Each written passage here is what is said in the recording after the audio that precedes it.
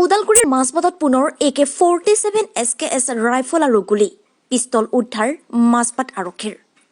UDALGURI জিলাৰ মাজবাটৰ 2 নং চিকাৰী ডাংগাত উদ্ধাৰ AK-47 ৰাইফল সতেজ গুলি পিস্তল মাজবাট আৰক্ষীৰ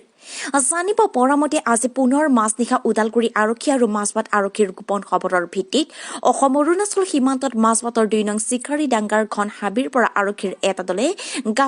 গাতত পুতি থোৱা অৱস্থাৰ পৰা AK-47 SKS অটোমেটিক এটা 43 জাই গুলি পিস্তল চাইনিজ মেড এটা 62টা গুলি উদ্ধাৰ কৰিবলৈ সক্ষম হয় মাজবাট আৰক্ষীয়ে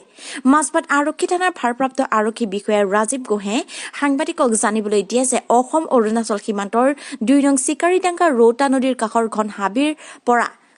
হাবিৰ পৰা এই অস্ত্ৰ-শস্ত্ৰখিনি উদ্ধাৰ কৰা হয় উক্ত স্থানৰ ঘন হাবিৰ মাজত UDALGURI আৰক্ষী আৰু মাজবাট আৰক্ষীয়ে যোৱা 3 দিন ধৰি উক্ত অঞ্চলত অভিযান অব্যাহত ৰাখিছিল বুলি জনা যায়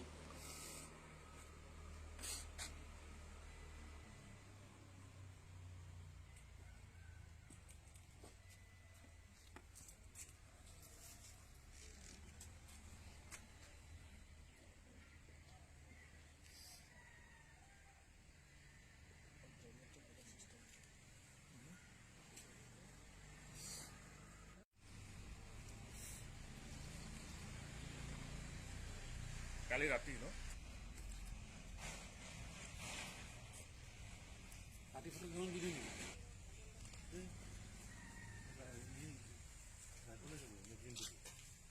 কেতিয়াবা বনাইছে এইটো হ্যাঁ কেতিয়াবা বনাইছে এইটো দেখতে না রাইফলটার নাম কি দিয়া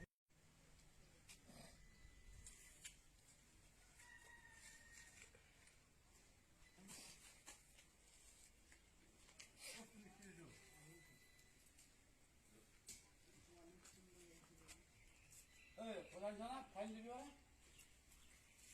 দিব লাগিব ফিটনেস পেন রেজিস্ট্রেশন পেন ওজনে মানে তো মতে সব দিয়ে দিই ফিটনেস পেন আরসি পেন গাড়ি কোনো এই মনিটরটা হইছে